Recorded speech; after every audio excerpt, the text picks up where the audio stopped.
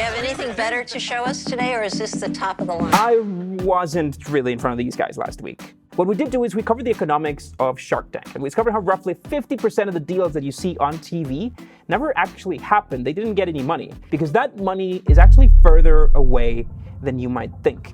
And it's all because of two words: due diligence. In the tech startup world, the equivalence to the sharks saying yes is getting a term sheet from an investor or a VC. And the term sheet is like this 1 or 2 page document that lays out the deal, your valuation, and all the specifics. But from term sheet to actually closing the money and signing the papers, there's a long process, the due diligence. And investors are going to check that everything that you said was real, that you have a legal structure in order, that you have your contracts and stock vesting and trademarks and everything. So what they'll be doing is navigating your data room. And if data room's no good, well, that's when deals fall apart. So today I want to walk you through everything that you need to put into a data room. For the stuff that you might be missing, I have a couple of resources that I'm going to point you to where you can find it and download it. And I created this checklist that you'll be able to use, download it in the description, and just tick each one of the things that you need to tick. So I should say, by the way, that this is not a sponsored video. All the stuff that I'm going to recommend is because I truly endorse it. Again, not a sponsored video. Let's get started.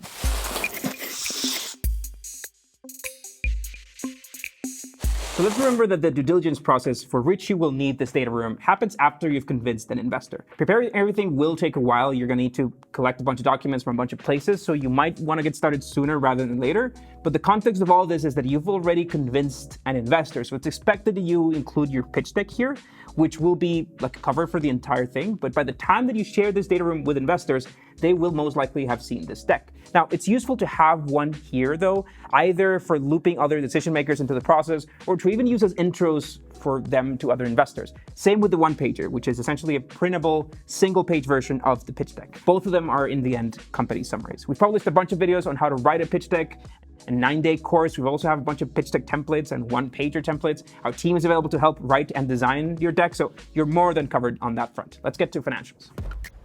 Okay, so let's talk about financials with some fake money. There are 3 core items on your financial stuff: your balance sheet and your P&L come first. This is what a balance sheet looks like, and this is what a P&L looks like. They are both generated by your accounting software, which by all means you should have one if you're at this stage. Probably a bookkeeper as well to keep track of all of this. Recommended platforms to do this: QuickBooks and Xero are probably industry standards, and we have discounts for both of them in the deals module in Slidebean. I'm going to link that as well. Now, the other part here is the financial model, also called the pro forma statement. Now, this does require a little bit more work. An investor wants to see 3 things specifically in your financial model: where you'll be spending the money, your budget for hires and team members and marketing, your key assumptions: when do you foresee milestones like launching the platform, when do you expect you'll need additional money. Lastly, these assumptions will determine your revenue projection, how much you expect to grow and what's going to drive that growth. A big mistake I see founders make is just place growth numbers rather than estimating what drives them. I wrote a whole TechCrunch article about it, and I'm working on a new video to teach you how to do driver-based modeling. Now, if you don't know where to start, my team and I created a bunch of templates for the most common financial models for SaaS, e-commerce, marketplaces, apps, where all the variables are really ready. All you need to do is plug in your numbers, your expectations. We also published a bunch of free tutorials on how to use each one of them, and you can check them out there on this YouTube channel. Last but not least, if you need help, say your business model doesn't fit any of the templates, we actually have a team of analysts that can jump in and help out. Now, our template is good for 7 years. Investors don't want detail of 7 years of plans, so your focus should really be on 2 more specific things, which are your expenses and revenue for the period that the investor is funding, a couple of years, and then a reality check. That's being realistic about your business not making $1 billion within 5 years or just $10 million in 5 years, which would not be very exciting. Okay, let's move to legal stuff.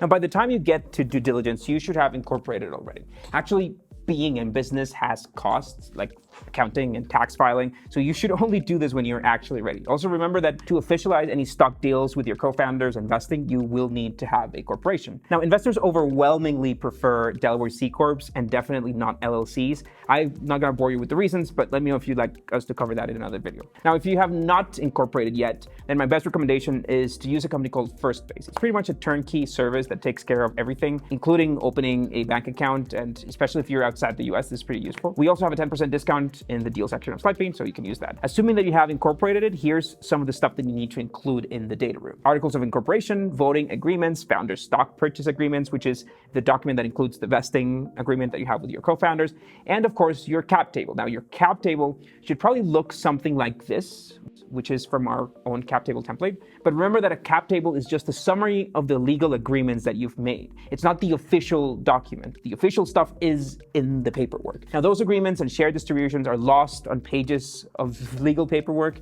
The cap table is just a good summary, but the ultimate word will always be with the signed documents. Now you'll also want to include your board of directors materials. In a Delaware C Corp, the board essentially makes decisions that represent the shareholders. Now in theory, the shareholders make important business decisions on votes representing the number of shares that each shareholder owns. But asking all the shareholders about something is really impractical, so the board represents the shareholders for those decisions. And that, of course, requires a rule book. What decisions can the CEO make without the board? What needs permission? What needs unanimity? How do board members get removed? Now, the rule book of the company is called the bylaws, and you also want to include that. Also, any previous board agreements, they're called board consents, should also come into the data room. Now, in larger companies, the company secretary should also be keeping minutes, like writing down what was discussed in the board meeting. We don't actually do this, and we didn't have trouble when we did our due diligence, so maybe it's not that important. Now, if you have raised money in the past, you also want to include that here. That's investor rights and agreements, first refusal, co-sale agreements with previous investors, and any other document, any other agreement that you've made with your previous funding. Okay, let's move to IP. On the IP front, you should have a folder with your existing relevant intellectual property materials. At the very least, you should have trademarked your brand name. To do it, of course, the trademark office needs to confirm that you're not infringing existing trademarks. So having your trademark confirms that this check was passed. Now, if you have any provisional or granted patents, they should also be here. Just a quick note on patents. Provisional patents are not very valuable. They're pretty easy, pretty quick to file. I feel people often brag about having filed for a patent when in reality, the real mess is getting your actual patent granted. The provisional doesn't do much. That usually costs tens of thousands of dollars in legal fees and can take years, so it's not a small fee. Now, if you have a brand book or a design guide, you can include them here. I've included ours in the data room template so that you can have it as a reference, though it's usually not completely necessary. Now, on staff, you should be providing them with an org chart of the company structure and then a list of employees along with their salaries. Ongoing or relevant contract workers, many startups choose to hire employees as contractors in the early stages of the company. So that's the people that we're looking for, people that are essentially permanent and ongoing. And last but not least, your employee agreements for key people. This one is really important. Investors want to check that you've done your homework, that your employees' intellectual property is assigned to the company, and that you have confidentiality agreements in place with everybody. This is even more important for founders. The contracts often include like an extra clause called a restricted covenants clause that should prohibit them from working for competing companies, for example. Again, super important for the founders. We have templates available for many of these documents. You can find them in our document list. Now, let's move to metrics. Now, on the metrics front, you should provide investors with some data. Now, this is going to vary a lot from company to company. Of course, it may range from, say, your usage metrics if you have an app, or from your sales pipeline if you have like an enterprise thing. So let me cover some common scenarios. For a SaaS company, best alternative is to offer them access to your SaaS tracking platform.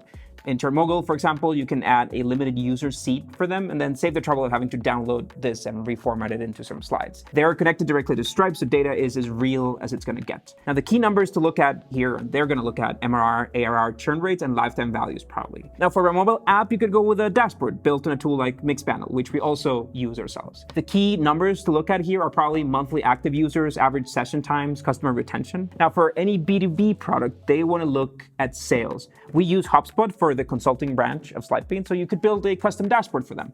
We also have a 90% off on HubSpot for startups on the deal section. So as a general rule, what you want is access to dashboards is going to be great. If that's not possible, you could go with a presentation that highlights the relevant aspects, that provides context on the data that's hard to understand, and that provides some sort of proof, the data points or the spreadsheets on the data itself. Now, this gets, of course, really, really important the bigger the company gets. Look at that Twitter deal. We've been meaning to make a video about it, by the way. But either way, you should never include your customers' personal information. Now, so far, I've mentioned everything our own data room included, but for my sanity vanity, I checked a few articles on what else should be included. Now, some of the stuff that was mentioned that I didn't consider necessary at the time were a market research section with market studies and competitive analysis, and a tech stack section with a diagram of the system architecture, API documentation, details on large integrations, and even your roadmap and your backlog. I think that just attaching all of those in a folder might not provide enough value, but I do understand why some investors will want to dig deep into those, specifically for products that need to scale to a massive audience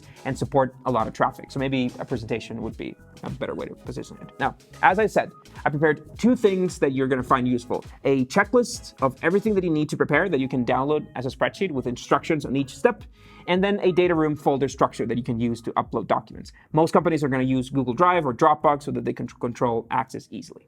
That's all for today. Thanks all for watching.